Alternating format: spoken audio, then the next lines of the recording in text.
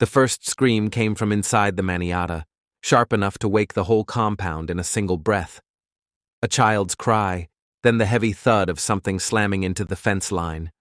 Before anyone could get their bearings, animals were already moving through the enclosure, low to the ground and fast, snapping and pulling at anything they could reach. The family lived near Dilmanyil in Kenya's Wajir County, a region where people build their homes close together for protection. The manada was meant to be a barrier, a ring of safety around sleeping children and the few belongings that mattered. That night, it failed. Hyenas pushed in, and the attack became a blur of shouting, grabbing, and bodies colliding as relatives tried to drag children away from teeth. Hyenas don't strike like a lone thief. They come with momentum and confidence, and when they commit to a target, they fight to keep it. Adults threw themselves into the struggle, swinging sticks, yelling, trying to drive the animals back out the way they came. The animals snapped and retreated and surged again, looking for an opening. In minutes, it was over. Not because the family won, but because the hyenas had taken what they came for and could disappear. When the compound finally went still, the damage was immediate and undeniable. 2 children were dead. 6 other family members were injured. Among the injured was a 10-year-old boy named Musa Jella.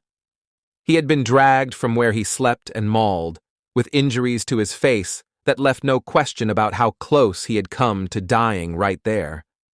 In a place like Wajir County, the emergency doesn't begin when an ambulance arrives. It begins with the people around you doing whatever they can with what they have.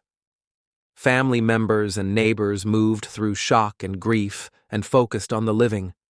Wounds were pressed, clothing used as bandages, and the injured were carried or transported toward the nearest medical help. Some of the wounded were taken to Habaswein District Hospital. Musa was taken farther to Garissa District Hospital, where doctors could better stabilize him and assess the severity of his injuries. For Musa, the first hours were a fight against blood loss, swelling, and the risk that severe wounds can turn quickly. Bite injuries are traumatic, and doctors have to treat what they can see while watching for what might worsen later. Medical staff cleaned wounds, worked to control bleeding, managed pain, and monitored his condition closely. His family waited nearby, exhausted and terrified, listening for updates and trying to make sense of a night that had started as ordinary sleep. Word traveled fast across the area. Parents checked doors and fences. Families gathered children close. Hyena attacks were known in parts of the region, but the idea of a pack entering a family compound and killing children landed like a warning siren. It wasn't something happening far away. It had happened here, to a family with a name, in a place that was supposed to be protected. Authorities were notified as the medical response unfolded. Wildlife officials became involved in the aftermath and in efforts to prevent another attack. At the same time, Musa's condition remained serious enough that doctors said he needed care beyond what was available locally. Plans were made to airlift him to Nairobi for specialized treatment. Moving a child by air is not a casual decision. It happens when time matters and when the care needed can't wait for a long road journey. The airlift took Musa away from the landscape he knew and into a hospital system built for complex trauma. For his family, it meant travel they hadn't planned, expenses they couldn't control, and the helplessness of watching their child endure procedures and examinations that had to be done whether he was ready or not.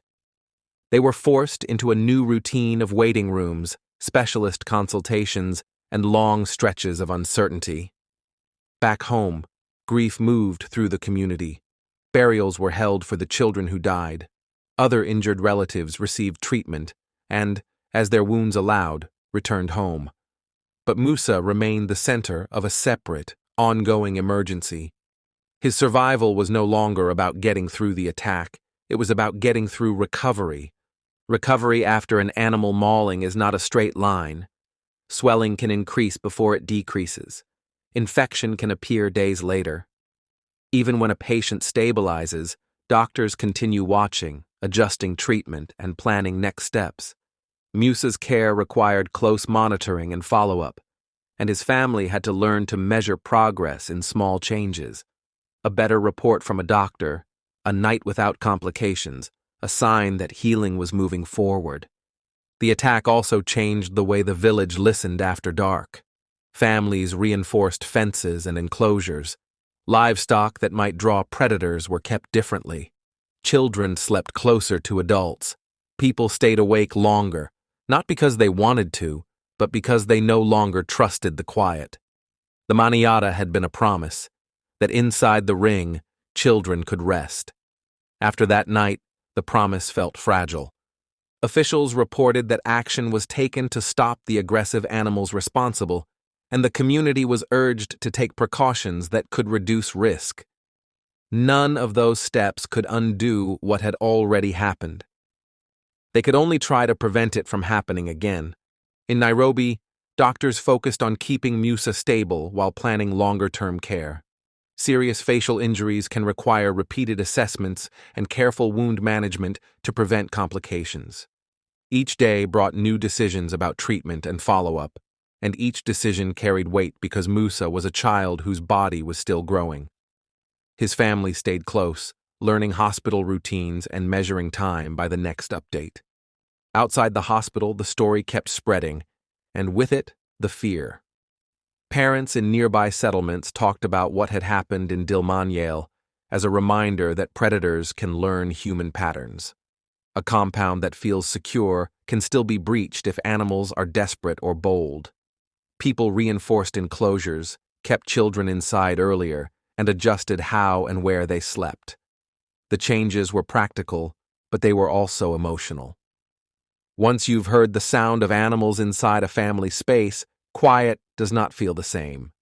For Musa's family, the hardest part was living with two truths at once: the grief for the children who died, and the hope that Musa would recover. That hope came with exhaustion. It meant long waits, long travel, and the slow acceptance that healing would take time.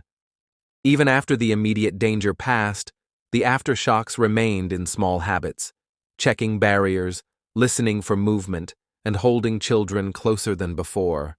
The attack did not end when the hyenas ran.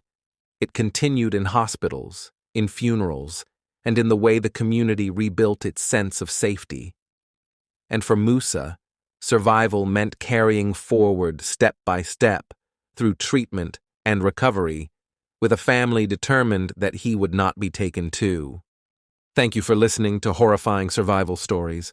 Subscribe for more true survival stories.